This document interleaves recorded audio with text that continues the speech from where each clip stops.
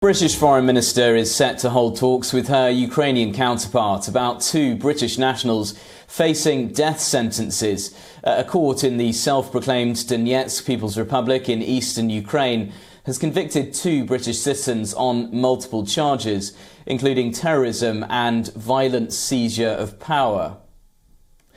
Russia has portrayed them as mercenaries, but their families insist that they were serving members of the Ukrainian military, meaning they are active duty soldiers and should therefore be protected by the Geneva Conventions on Prisoners of War.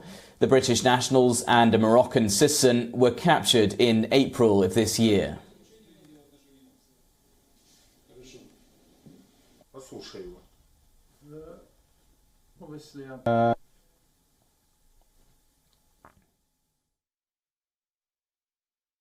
This is the most egregious breach of international law, and these individuals need to be released immediately and returned to their families.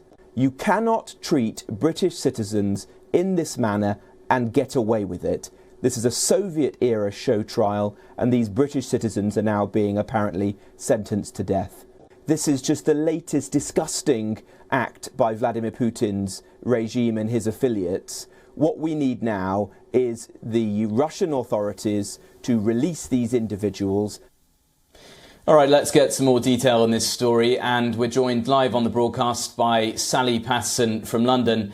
Sally, thanks for joining us. Just give us some more details about the UK government's response to all of this, and what can it actually do to try to respond? Well, as you say, a spokesperson for the Prime Minister has already strongly condemned what's been going on and has said that the government is deeply concerned about the latest situation. Foreign Secretary Liz Truss is understood to be in meetings today with her Ukrainian counterpart. She tweeted earlier on Friday saying, "I utterly condemn the sentencing of Aiden Aslin and Sean Pinner, held by Russian proxies in eastern Ukraine." She says these are prisoners of war and this is a sham judgment with absolutely no legitimacy. Now, the other person that we've heard from is the former Housing Secretary Robert Jenrick, as you say, and he is one of the members of Parliament, meaning he is there to stand up for him and to help bring him home. And he has, as you say, called this a very serious situation and said that this was a Soviet-era style show trial. Now, there are talks that there might potentially be some scope in terms of doing a prisoner exchange, but so far we haven't seen any success in these types of exchanges, so we'll have to wait and see what comes out of the talks later today. And Sally, just walk us through how these two British nationals ended up fighting on the front lines in Ukraine. What are their backstories?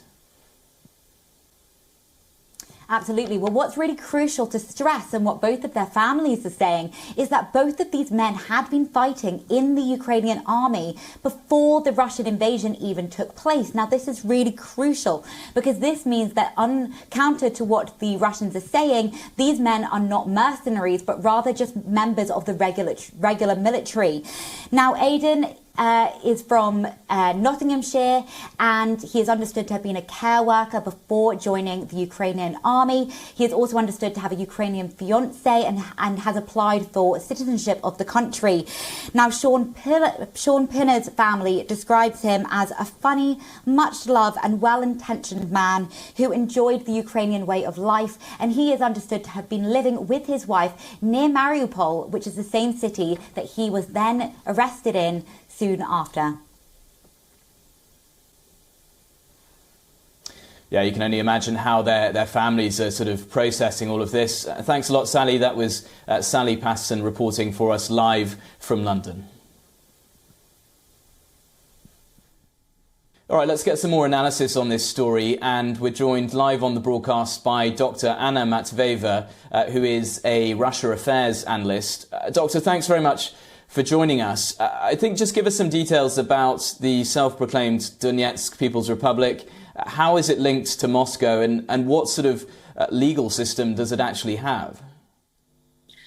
Well, technically, Donetsk and Lugansk People's Republics are still part of Ukraine.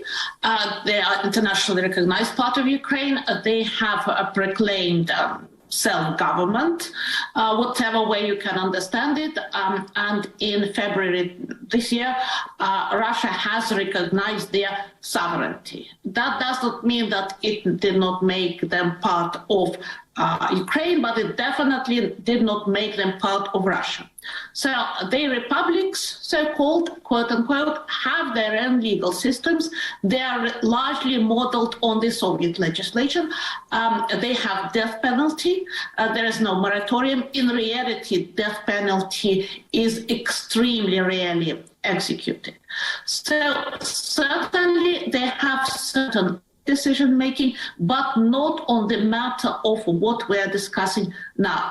In terms of background of the two British individuals, that's of course certainly true that their families are very worried, but one of them has been fighting and in Iraq and Syria, and family members should have been also worried about that episode, which was actually quite significant. And also the fact that if British people participate in a foreign war, this is a risky business, and there is a very limited power that the British government can actually help to protect them unless they are on the British government mission. So how it will all going to go, perhaps? Yeah. Please. Just give us a sense of the power dynamics here. I mean, they are technically, or they are self-proclaimed republics, but I mean, who is calling the shots here? The Kremlin, some sort of leadership inside those breakaway regions? No, certainly the final decision would be made by Moscow. In that sense, it is quite clear that the line of command on that level of international issue lies in Moscow. But certainly it is very helpful to have that kind of piece of legislation within the so-called self-proclaimed republic, which can be used. It is really unlikely that the events would really go down that route, because the forces fighting the Ukrainian government, they want people to surrender. And in order to make surrender possible, they want to show that they will be treated humanely, because more and more people who surrender. And I believe we've lost Dr. Anna Matveyeva there. That was some analysis there on the news that two British citizens have been sentenced to death by a court in the self-proclaimed republic in the east of Ukraine.